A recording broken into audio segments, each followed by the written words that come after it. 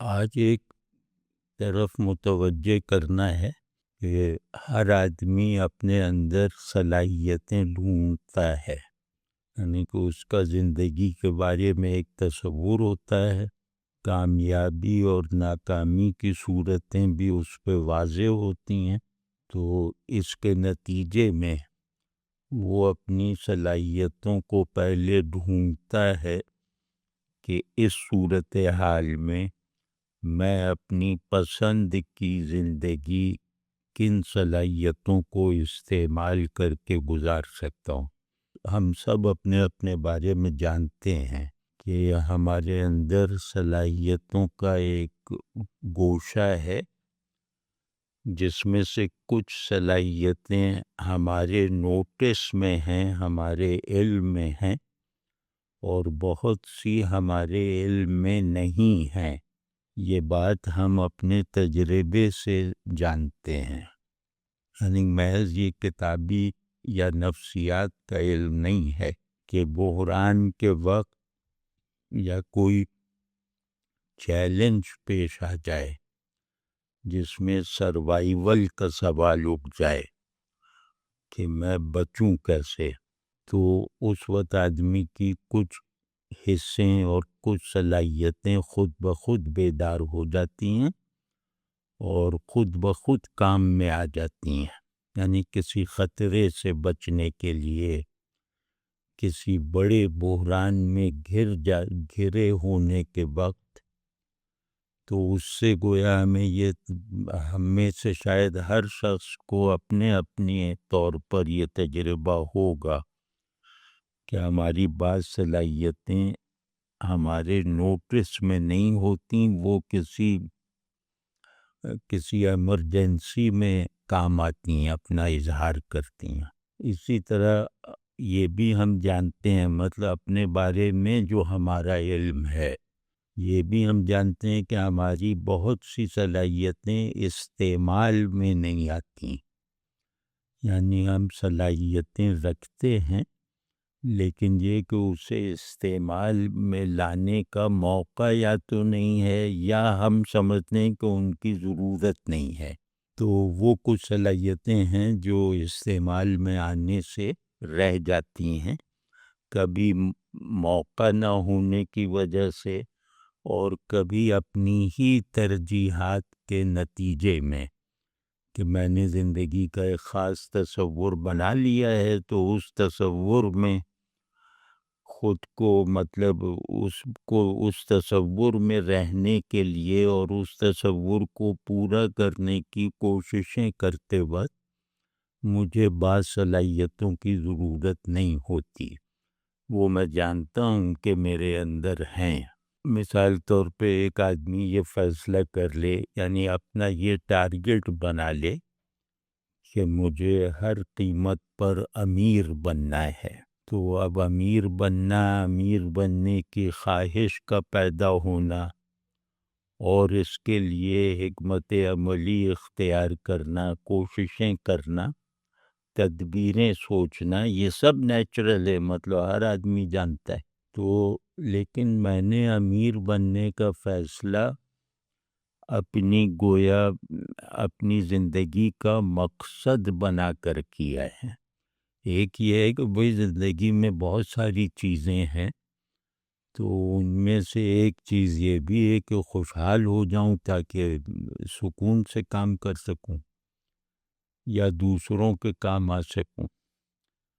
اور وہ پھر یہ کہ وہاں یہ امیری وغیرہ کی خواہش یہ ذریعے کی حیثیت رکھے گی، مقصود کی حیثیت اختیار نہیں کر پائے گی۔ تو ہم میں سے کئی لوگوں کا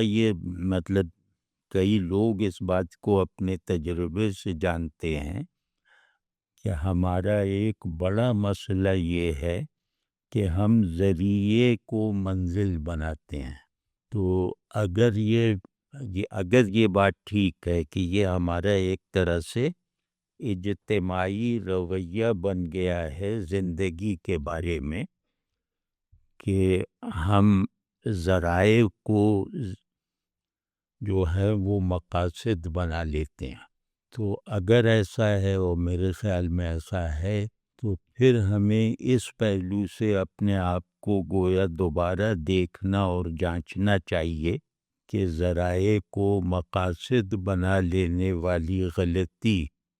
جو بہت ہی فیصلہ کن نتائج پیدا کرتی ہے،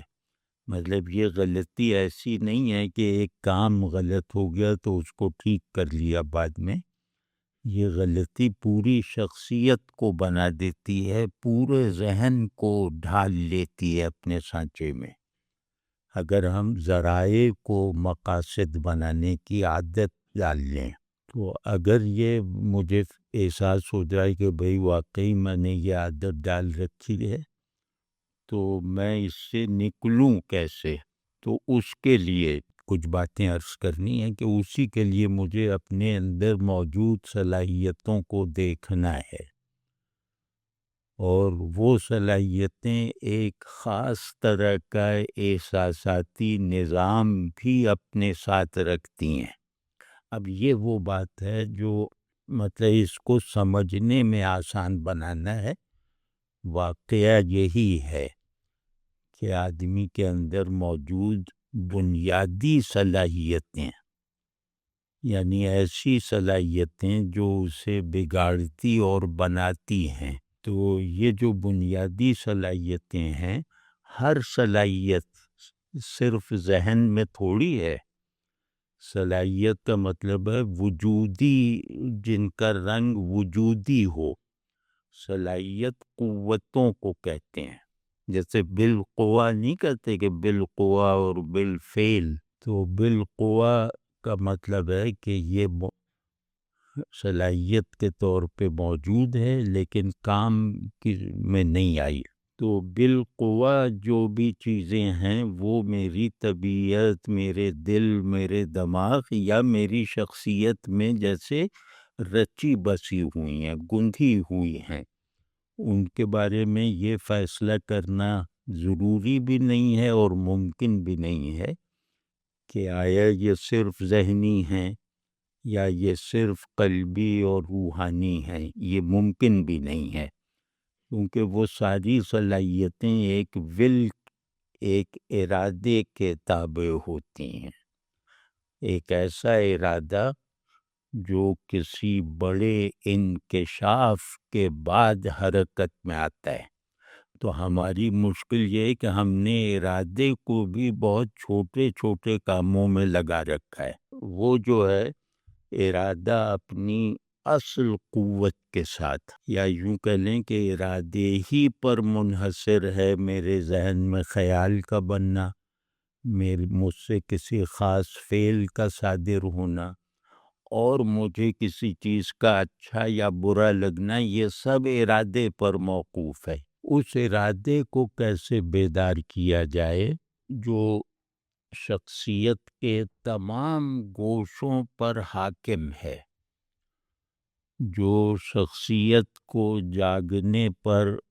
اس کے ذرے ذرے میں جو ہے وہ جگانے کی طاقت رکھتا ہے۔ کیونکہ آپ کبھی دیکھیں میں اپنے بارے میں سوچوں تو میرا بہت سا حصہ میری گرفت میں آنے سے باہر رہ جائے گا، کہ میں سوچوں کہ میں کیسا ہوں، کیا ہوں،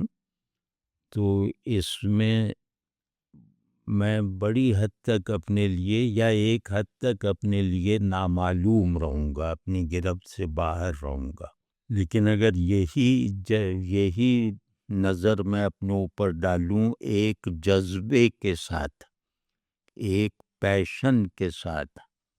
ایک بڑے فیصلے کے نتیجے میں، اور اپنے آپ کو جیسا کہ میں ہوں اسے ڈھا دینے والی قوت کے ساتھ، یعنی اپنے آپ کو جتنا میں بنا ہوا ہوں اس کو ڈھا دینے والا ارادہ میرے اندر پیدا ہو جائے، مقصد کے شعور کی وجہ سے، مقصد کے انکشاف کی وجہ سے۔ واضح نہیں، یہ ایسے ہی ہوگا کہ جیسے ایک آدمی 50 سال بے ہوش رہا اور پھر وہ ہوش میں آ گیا، یعنی ہماری جو اجتماعی زندگی ہے وہ بے ہوشی سے مختلف نہیں ہے، تو اب ہمیں ہر ایک کو برسوں بعد ہوش میں آنا ہے۔ تو وہ جو ہوش میں آنا ہے، یعنی ہوش کون سا کہ ذریعہ مقصد نہیں ہے، ذریعے کو الگ رکھو، مقصد کو الگ رکھو، ذریعے کا انکار نہ کرو لیکن ذریعے کو جو ہے وہ مطلب منزل نہ بناؤ۔ یہ جو انکشاف ہے، مطلب ذہن نے تو مان لیا یہ کہ ہاں بھئی راستے کو منزل بنانا تو کوئی عقل مندی نہیں ہے، ذہن تو فوراً کہے گا کہ بالکل ٹھیک ہے، لیکن ذہن راستہ چلنے کا بھی بہت تھوڑا سامان فراہم کرتا ہے اور منزل کی کشش پیدا ہی نہیں کر سکتا۔ یعنی منزل کا وہ روڈ میپ وغیرہ شاید اس کے پاس ہو کہ اتنی دور ہے، لیکن یہ کہ وہ منزل میں ایک منزل اگر مقناطیس نہیں ہے تو کوئی مسافر اس تک پہنچ ہی نہیں سکتا۔ تو منزل کی کشش دماغ سے نہیں پیدا ہوتی، اور منزل کشش کے بغیر حاصل بھی نہیں ہوتی، چاہے وہ ذہن کی کوئی منزل ہو۔ یعنی ذہن میں بھی تحقیق کا ایک وہ جذبہ ہوتا ہے نا ذہن میں کہ چیزوں کی فارمز کو اس طرح دیکھوں کہ ان کی حقیقت سامنے آ جائے۔ اب یہ دماغ کی منزل ہے، تو یہ منزل میرے اور آپ کے ذہنوں میں بالکل مسلمے کی طرح ہونے کے باوجود ضروری نہیں ہے کہ ہمیں منزل کی طرف لے جانے میں بھی کامیاب ہو،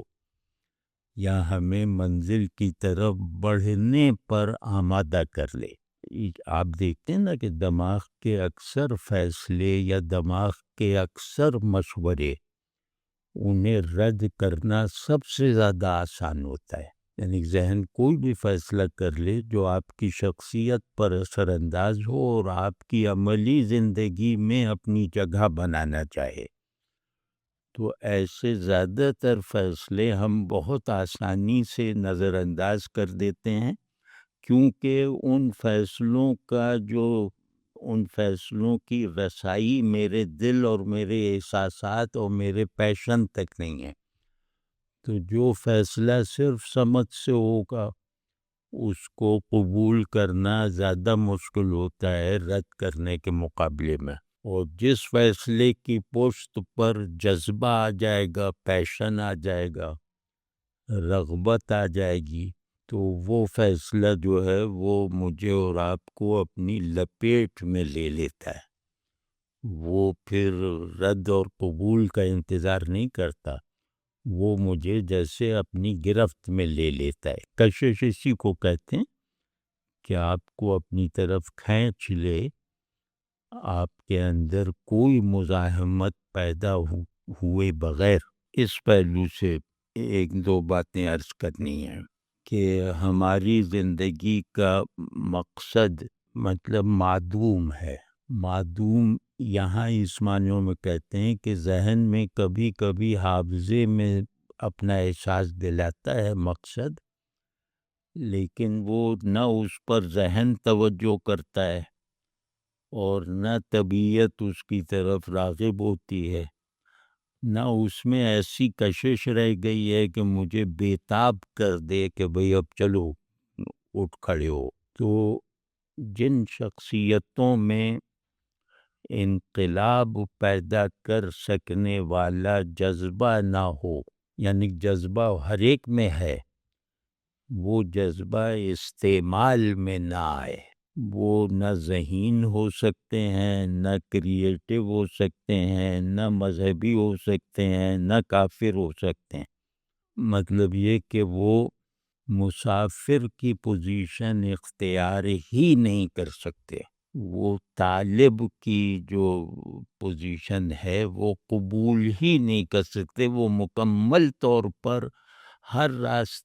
منزل کی طرف لے جانے والے ہر راستے پر چلنے سے محروم اور معذور رہ جاتے ہیں۔ تو اب مجھے اور آپ کو ظاہر ہے، اب کسی بھی پرسپیکٹیو سے دیکھیں، یہ صرف واعظانہ بات نہیں ہے، کیونکہ واعظانہ باتوں کا مقصد بھی اندر جو دبی ہوئی آدمیت اور فطرت ہے اسے بیدار کرنے سے وجود میں آتا ہے۔ تو ہم وہ کام کر رہے ہیں، پہلے مخاطب بننا تو سیکھو بڑی باتوں کا۔ تو وہ یہ ہے کہ ہمارے اندر پیشن کسے کہتے ہیں؟ کہ جس کے لیے آدمی خود کو چھوڑ دینے پر خوشی سے راضی ہو، اور پیشن کا ہدف اس کے باہر ہوتا ہے، اندر نہیں ہوتا۔ یعنی پیشن وہ جذبہ، وہ شدید کشش اور ایک آتش فشاں میرے اندر ہے، وہ پھٹ پڑے تو وہ پیشن ہے۔ ہم نے کتابوں میں پڑھا، ہم نے تاریخ میں دیکھا کہ بڑی شخصیت، بڑے خیال، بڑے پیشن سے بڑا عمل پیدا کرتی ہے۔ یعنی جتنے بھی ہماری انسانی تاریخ میں جتنی بھی بڑی شخصیتیں ہوئی ہیں آفاقی معنی میں، شخصیت کے دو پیمانے، ایک انفسی معیار پہ کہ اپنے اندر کامل ہو، اس کو پہچاننا ظاہر ایک ممکن نہیں، لیکن یہ کہ وہ کامل شخصیت جو اپنے کمال کو اپلائی کرتی ہے تاریخ سے پیدا ہونے والی اکھاڑ پچھاڑ پر، تو ان میں ہر ایک میں آپ دیکھیں وہ ایک بڑے عمل سے تاریخ زیر ہوتی ہے نا، ایک کاؤنٹر فیل ہے، اس سے تاریخ زیر ہوتی ہے۔ تو جن لوگوں نے بھی تاریخ کے آگے جیسے ایک رکاوٹ کھڑی کر دینے میں کامیابی حاصل کی، ان میں دو چیزیں بہت مشترک ہیں، بڑا خیال اور بڑا پیشن۔ یہ ملے گا تو بڑا عمل پیدا ہوگا، بڑا خیال اور بڑا جذبہ اس ارادے کو بیدار کرتا ہے جس ارادے کی بیداری کے بغیر میں اپنے پنجرے سے نکل نہیں سکتا۔ میں خود ایک پنجرہ ہوں اور اس کا قیدی ہوں۔ وہ پنجرہ اس ارادے سے کوبتا ہے جس ارادے کو جگایا ہو بڑے خیال اور بڑے پیشن نے۔ ہمارا جو مسئلہ ہے اور بہت بڑا مسئلہ ہے اور بہت شدید، جیسے ایک دھند چھائی ہوئی ہے ہم پر، وہ یہ ہے کہ ہماری موجودہ شخصیت، اجتماعی شخصیت اگر بنا لیں کہ ہماری اجتماعی شخصیت وہ کسی بڑے مقصد کے لیے بڑھنے کا نہ کوئی رجحان رکھتی ہے، نہ صلاحیت رکھتی ہے، نہ ارادہ رکھتی، اور اس کے لیے ہر بڑی بات اجنبی ہے اور ناگوار ہے۔ مطلب یہ ناگوار اس وقت ہے کہ جب اس کا کوئی دنیاوی فائدہ نہ ہو، اور دنیاوی فائدہ بھی ہو تو ہم اس فائدے کو حاصل کر لیں گے، لیکن جس صلاحیت نے وہ فائدہ پیدا کیا ہے اس صلاحیت کو اپنے اندر پیدا کرنے میں دلچسپی نہیں ہے۔ تو آپ غور کیجئے نا کہ جن چیزوں سے ہم فائدہ اٹھا رہے ہیں، وہ چھوٹی سے لے کر معاشی نظام تک، ان کے بارے میں ہماری سمجھ کتنی ہے؟ مطلب کچھ چیزیں الیکٹرانکس کی ہیں، کچھ چیزیں فزکس والوں کی ہیں، کچھ کسی کی، یہاں تک کہ پورا نظام معیشت جو آدمیوں کی زندگی کی سب سے بڑی ضرورت ہے دنیا میں، ہمارا اس میں کیا حصہ ہے؟ اس دنیا میں ضرورتوں کی تکمیل کرنے والے جتنے بھی علوم ہیں ان میں ہمارا کتنا حصہ ہے؟ ہمارے مراد مسلمانوں کا۔ اور اسی طرح اس دنیا میں مطلب یہ کہ بڑے بڑے کارنامے جو ہوئے ہیں علمی اور عملی دونوں سطحوں پر، ان میں ہمارا کتنا حصہ ہے؟ بلکہ حصہ تو دور کی بات ہے، ہم نے ان کے مطلب یہ کہ ہم نے اس میں تخریبی کارروائیاں کی ہیں، کبھی کسی عنوان سے کبھی کسی عنوان سے. تو ہم گویا دنیا بنائی جا رہی ہے جس سے مثال طور پر فائدہ مجھے بھی ہو رہا ہے، لیکن میں لڑے جا رہا ہوں معماروں سے کہ نہیں یہ کیا غلط، یہ صحیح نہیں ہے، وہ غلط ہے، اور یہ وہ. تو اب ہماری حیثیت دنیا میں صرف عیب جو تماش بینوں کی سی رہ گئی ہے، ایسے عیب جو تماش بین جو فائدہ اٹھانے میں سب سے آگے ہیں، یعنی جس چیز پر اعتراض کر رہے ہیں اور اس پہ اعتراض وارد ہوتے ہیں، اس پہ اعتراض کرنے چاہیے، لیکن یہ کہ ہمارا اعتراض ہو یا تائید، یہ دونوں بہت گھٹیا درجے پر ہیں. ہم کسی چیز کی یعنی دنیا پہ اثر انداز ہونے والی کسی بھی چیز کی تائید بھی کرتے ہیں تو وہ بہت ہی گھٹیا سطح پہ ہوتی ہے، اور کسی چیز کی تردید کرتے ہیں تو وہ بھی بہت گھٹیا سطح کی ہوتی ہے. اسی وجہ سے ہماری تائید اور تردید دنیا کی علمی تاریخ، جدید دنیا کی علمی اور عملی تاریخ کے حاشیے پر بھی ذکر نہیں کی جاتی کہ بھئی ان لوگوں نے یہ نقطہ نکالا ہے یا یہ اعتراض کیا ہے اور انہوں نے اس کی قبولیت کا ایک نیا سبب بتایا ہے. تو ہم گویا سیکنڈری روایت بھی نہیں بن پایا کہ جو شرح کرتی ہیں یا ایسے ہی ایک آدھ اینٹ اٹھا کے انہیں دے دیتے ہیں کہ یہ اینٹ لگا دیجئے. تو اب اس ساری صورتحال کا فوری طور پر اگر ہمیں علاج کرنا ہو، اپنی اپنی شخصیت پر تنقیدی نظر ڈالتے ہوئے، تو ہم کیا کریں؟ مطلب یہ کہ کہیں سے بھی آپ شروع کر دیں. مطلب یہ کہ اس بات کے اسباب اتنے زیادہ ہیں کہ بتانے لگو تو وہ کئی کتابیں بھر جائیں گی. یعنی ہمارے اندر گراوٹ کے ہمگیر مظاہر اتنے زیادہ ہیں کہ وہ آدمی تھک جائے بولتے ہوئے اور لکھتے ہوئے، اور کوئی شعبہ ایسا نہیں رہ گیا کہ جو اس گراوٹ سے محفوظ رہ گیا ہو. اب آپ تو گراوٹ کسے کہتے ہیں؟ ذریعے کو مقصد بنا لینا اور مقصد سامنے آ بھی جائے تو اس کا انکار کر دینا، یہ گراوٹ ہے. جو مثال طور پر ایک ذریعہ ہے نا کہ بھئی اچھی شخصیت بننے کے لیے، اچھا معاشرہ بنانے کے لیے خوشحالی ہونی چاہیے، ایک عمومی خوشحالی، غربت کا خاتمہ ہونا چاہیے، اور مجھے یہ کام کرنے کی کچھ صلاحیتیں میں نے اپنے اندر محسوس کی ہیں، میرے پاس یہ ڈگری بھی اور اس طرح کے میں نے پیپرز بھی لکھ رکھے ہیں، تو مجھے کچھ کام کرنا ہے. تو میں چاہتا ہوں کہ مجھے معاشی فراغت حاصل رہے، کہ میں نوکریاں نہ ڈھونڈتا رہوں، میں اپنا سارا وقت اس کام میں لگا دوں. اب میں نے یہ تو کر لیا، لیکن معاشی فراغت ہی حاصل کرنے کے لیے سارا دن رات ایک کر دیا، تو اب وہ سب مقصد الگ چلا گیا کہ میں نکلا کس وجہ سے ہوں. مقصد تو وہ تھا.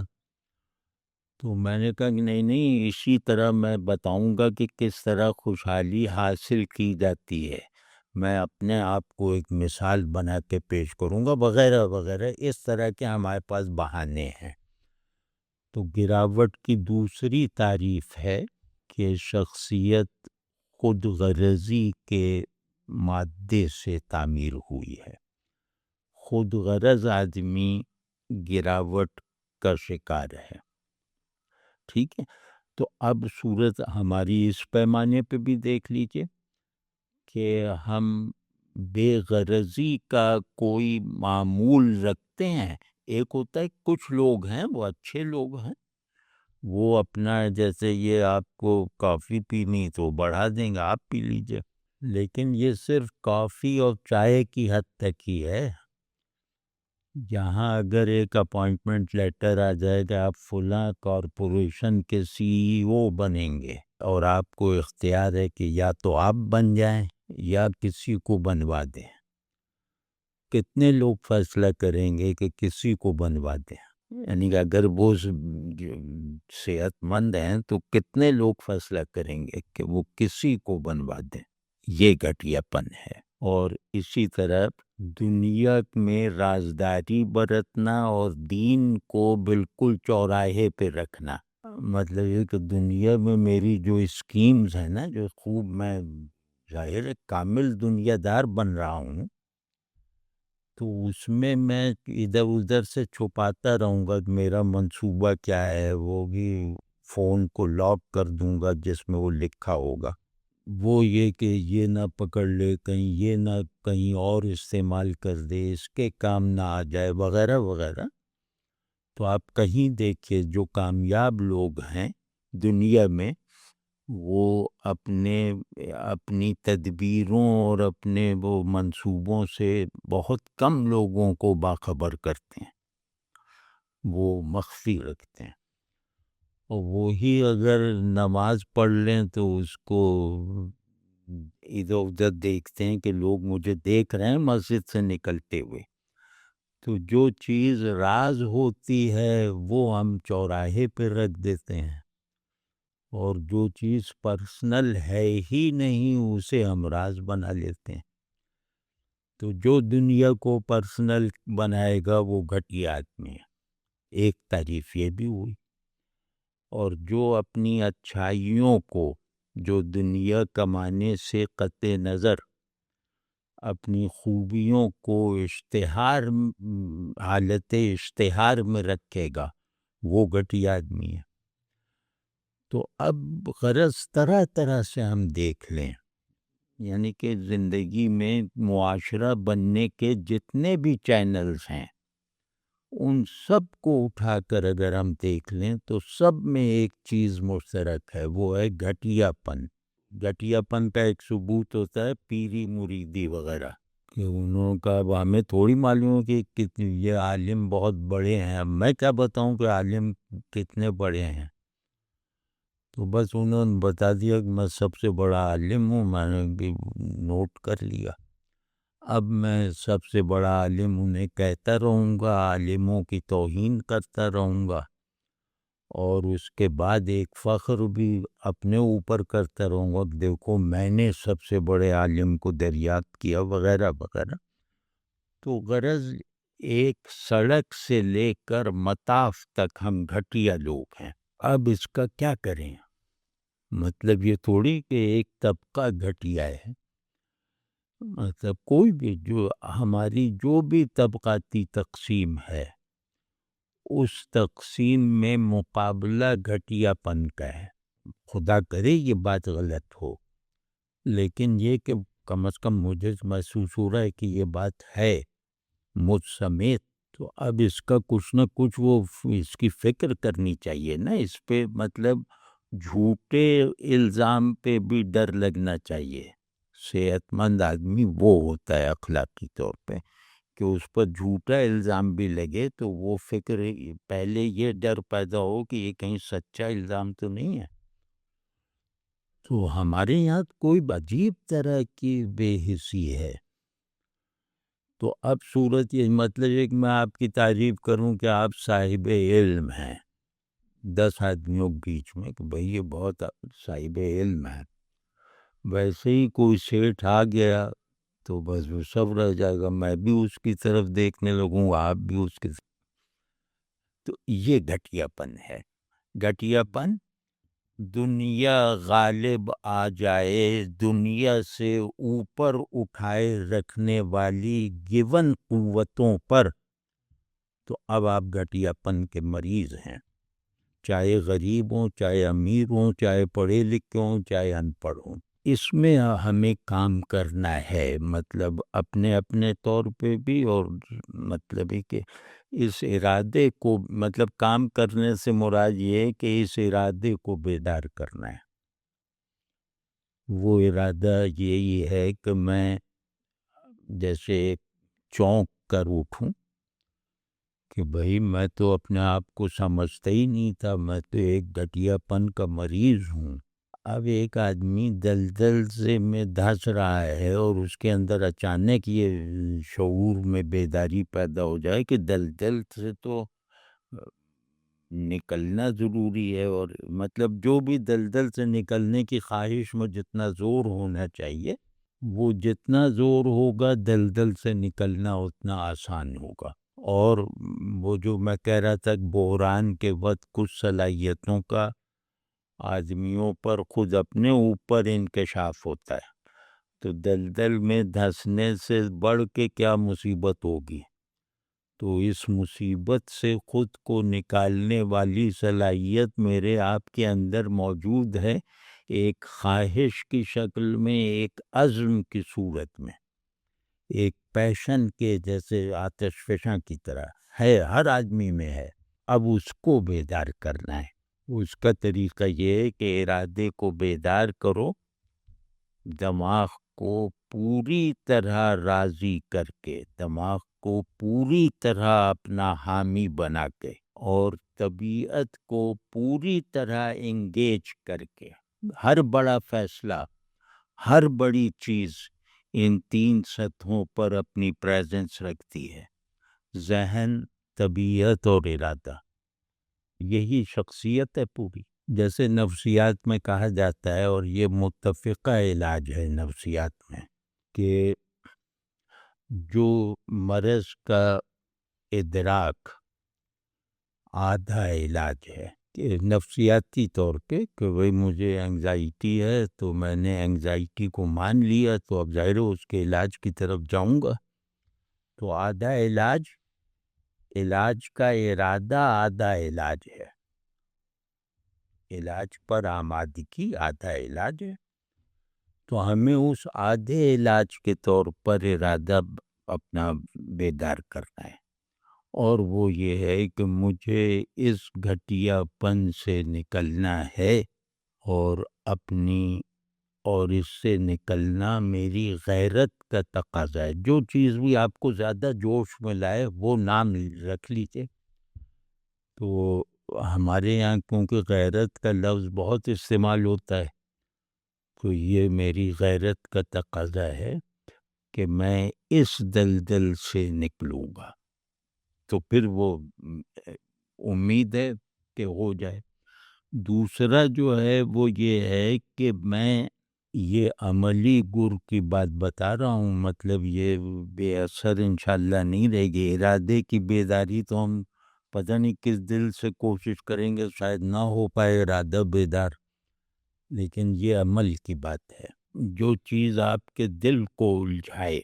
دنیا کی جو بھی چیز آپ کے دل کو مشغول کر لے اور اسے اس کے حقیقی کاموں سے غافل کر دے، وہ چیز اپنے سے الگ کر دیجیے۔ یہ وہ عمل ہے کہ یہ پہلی مرتبہ کرتے ہی شخصیت میں اٹھان پیدا ہو جاتی ہے۔ دنیا کی ہر وہ چیز جو میرے دل کے لیے محبوب بنے، تو میں یا تو خود اس سے الگ ہوں گا یا اسے اپنے سے الگ کروں گا۔ یہ فیصلہ کر لے آدمی تو، اور دنیا اس میں گھبرانے کی بات نہیں ہوئی تھوڑی کہ اس کے بعد وہ کہے کہ میرے پاس مرسیڈیز ہے، میرا تو اس میں بالکل دل نہیں لگتا۔ مطلب ایک عجیب بہانے بازی بھی ہے نا نفس میں۔ یہ سب نہیں، اتنی بڑی چیزیں نہیں، جو چیز دل کو اس کے حقیقی کار محبت میں اس خلل ڈالے، اس چیز کو الگ کرنے۔ الگ کرنے کا مطلب یہ نہیں کہ جا کے دوسرے کے نام کر دیا، اب یہ ہے کہ اس سے لا تعلقی اختیار کریں۔ فرق آپ کے پاس بہت بڑی گاڑی ہے تو آپ کو لگا کہ یار ہر وقت میں اس کا یہ دیکھتا رہتا ہوں، کبھی وہ دیکھتا رہتا ہوں، اور ذرا سی بھی خراش آ جائے تو مجھے تو ڈپریشن ہو جاتا ہے۔ یہ سب تجربہ ہے۔ اب اس گاڑی پہ نہ بیٹھیں، وہ آپ کی ملکیت ہی رہے گی، لیکن اس گاڑی کا استعمال اب نہ کریں۔ واضح ہے نا؟ تو اسی طرح یہ کچھ ترکیبیں عرض کر رہا ہوں، اور جو بھی کرے گا بہت زیادہ امید ہے کہ وہ شخصیت کی پستی سے ہمیشہ کے لیے نجات پا جائے گا۔ شخصیت کی پستی سے بڑھ کر کوئی مصیبت نہیں ہے، کیونکہ یہ اپنی طرف متوجہ نہیں ہونے دیتی، یعنی یہ دلدل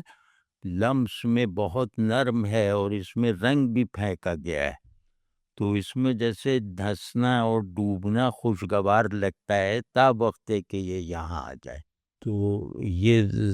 سمجھ بوجھ کے مطلب۔ دوسرا عمل جن پر بھی یہ صادق آتا ہو، کوئی تعیش والی چیز اپنے ذوق کی وجہ سے اگر خریدیں، تعیش والی چیز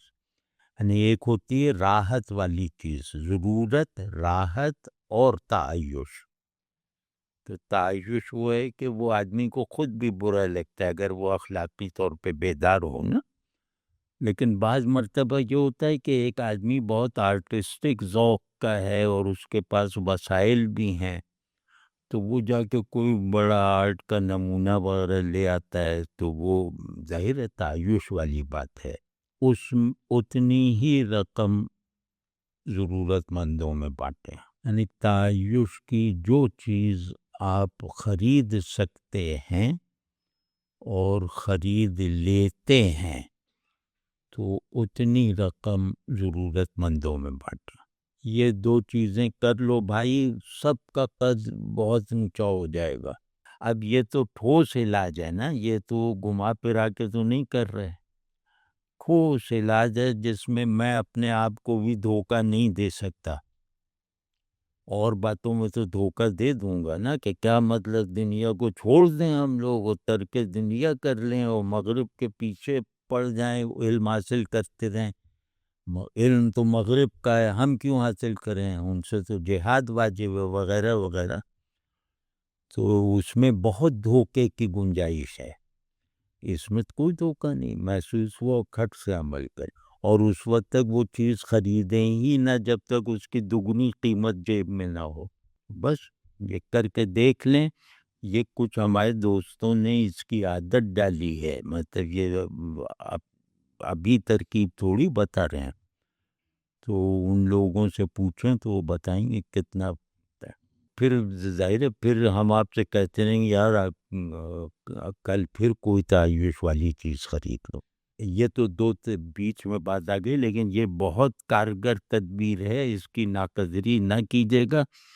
اور اسے کوئی بہت آئیڈیالزم نہ سمجھیے گا۔ ہم اپنی ناپسندیدہ چیز کو اپنے سے دور کر دیتے ہیں اس کی قیمت دیکھے بغیر، تو خدا کی ناپسندیدہ چیز حتیٰ ہمیں معلوم ہے اور ہم اسے خود سے دور نہ کر پائیں یا دور کرنے کا فیصلہ کرتے ہوئے اس کا وہ پرائز ٹیگ دیکھیں، تو یہ کیا ہے؟ یہ بھی گراوٹ ہے کہ میں نے جس کے سپرد خود کو کیا ہے اس کی ناپسندیدگی مجھ پر کوئی اثر نہ کرے، میرے فیصلے پر اثر انداز نہ ہو، اور میری ناپسندیدگی مجھ سے فوراً فیصلہ کروا لے۔ یہ گراوٹ نہیں ہے، یعنی مذہبی اصطلاح میں کہیں تو یہ گراوٹ ہے۔ اب ایک بات عرض کرتا ہوں کہ وہ ارادہ کیسے بیدار ہو، جو بیدار ہو جائے تو عمل میں ضرور آتا ہے، مطلب وہ جیسے ہمیں جکڑ لیتا ہے۔ اپنا جائزہ لیں اپنی تردید کے لیے، یہ بھی ایسا ہے کہ اس پہ بھی کہو تو قسم کھا کے کہہ سکتے ہیں انشاءاللہ غلط نہیں ہوگی، کہ شخصیت میں اٹھان پیدا ہوتی ہے کہ میں اپنا جائزہ لوں، جیسے محاسبے کی سنت ہے تو اس میں یہی ہے، میں اپنا جائزہ لوں اپنی تردید کے لیے، اسے اصلاح کا عنوان نہ دیں یا تکمیل وغیرہ کا عنوان نہیں، کہ میرے اندر کتنی چیزیں ایسی ہیں جن کو اپنے سے کاٹ چھانٹ کرنا ضروری ہے، اور میرا اپنے بارے میں جو مجموعی تصور ہے اسے حالت تردید میں رکھنا ضروری ہے۔ یہ دو سطحیں ہیں تردید کی۔ ایک تردید تو یہ کہ میرے یہ اعمال، میرے یہ تصورات وغیرہ، یعنی میری شخصیت کے بلڈنگ بلاکس میں مجھے تردید کرنی ہے کہ ان کو نکال کے باہر پھینکوں اور نئے بلڈنگس بلاکس لگاؤں۔ ایک تو یہ ہے جیسے اخلاق نے اخلاقی وجود کی حفاظت کے لیے اپنے گیون وجود کو حالت تردید میں رکھو، ٹھیک ہے۔ یہ تو جیسے محاسبہ صاحب، وہ ہمارے پاس تو اللہ کا شکر بہت منظم سسٹم موجود ہے اس کا۔ دوسرا یہ ہے کہ میں اپنے بارے میں ایک تصور رکھتا ہوں نا، ہر آدمی ایک سیلف امیج رکھتا ہے، چاہے وہ اپنی بار بار نہ دیکھتا ہو، لیکن یہ کہ وہ اگر غور کرے گا تو اس کے اندر سے اس کی اپنی ذات کے بارے میں بنایا ہوا خاکہ سامنے آ جائے گا کہ میں اپنے آپ کو کیا سمجھتا ہوں، یہ نہیں کہ میں خود کو کیسا بنانا چاہتا ہوں۔ یہ خاکہ جس کاغذ پہ ہو اس کو فوراً پھاڑ دیں۔ تو یہاں تک یہ عمل کریں کہ وہ جو اندر وہ مشین لگی ہوئی ہے نا، جو وہ کاغذ اگلتی ہے، وہ کسی وقت بھی وقفہ نہ پائے، اپنے آپ کو تردید کر کے نئے ورژن کو بھی حالت یعنی تردید کی نیت سے دیکھیں۔ اپنی تصویروں کو جو آپ ہی کے اندر سے نکل کر آئیں، انہیں تردیدی نیت سے دیکھیے، یہاں تک کہ ایک موقع آئے گا کہ اسی مشین سے میری تصویر کے عنوان سے کچھ اور نکلے گا، اسے قبول کریں۔ ابھی بھائی یہ تو سادہ بات ہے، اس کو اور میری رائے میں یہ بہت اہم بات ہے، تو اگر اس میں کوئی وضاحت وغیرہ چاہیے تو یا کوئی عملی تفصیل چاہیے یا کوئی اس کا طریقہ کار چاہیے تو وہ بھی میں عرض کر دوں گا، گو کہ میں اپنی دانش میں طریقہ کار بتا رہا ہوں کہ روز اپنے سیلف امیج کو دیکھیں اور اس پہ یوں ریڈ کراس لگا دیں، یہاں تک کہ وہ سیلف امیج سیلف لیس ہو جائے گا، اس پہ ٹک کر دیجیے، اور وہ اپنا پورا کانٹیکسٹ، وہ جو تصویر آئے گی نا، وہ اپنا پورا کانٹیکسٹ ساتھ لائے گی، تو گویا آپ ایک نئے کانٹیکسٹ آف سیلف لیسنس میں اپنی شخصیت کی نمو کا سامان حاصل کر لیں گے۔ 3 باتیں ہو گئیں نا، 2 عمل اور ایک یہ جو مراقبہ کر لیں، محاسبہ جو بھی چاہے کر لیں۔ پھر یہ اگر کچھ نتائج پیدا کرے یا یہ کرنے بے تکلفی سے کرنے کی عادت پڑ جائے تو اگلے مراحل میں بعد میں عرض کروں گا۔ یہ تو گویا وہ ہے کہ ہم پری کوالیفائی کر رہے ہیں اپنی شخصیت کو اپنے حوالے کے بغیر پروان چڑھانے کا۔ وہ شخصیت کیا ہے جو میں محدود ہو، آپ سمجھیں، شخصیت وہ اور تو کی چھاؤں میں بنتی ہے، میں کے پنجرے میں تھوڑی بنتی ہے۔ تو ایک بات تو یہ ہوگی کہ اس میں صلاحیتیں وغیرہ سب بیدار ہوں گی، کیونکہ اس کے پیچھے نیت بہت خالص ہے، اس کے پیچھے نیت میرے کسی گھٹیا پن کی سے پیدا ہونے والی خواہش کی تسکین کے لیے نہیں ہے، تو یہ بہت جلدی بیدار ہوں گی وہ صلاحیتیں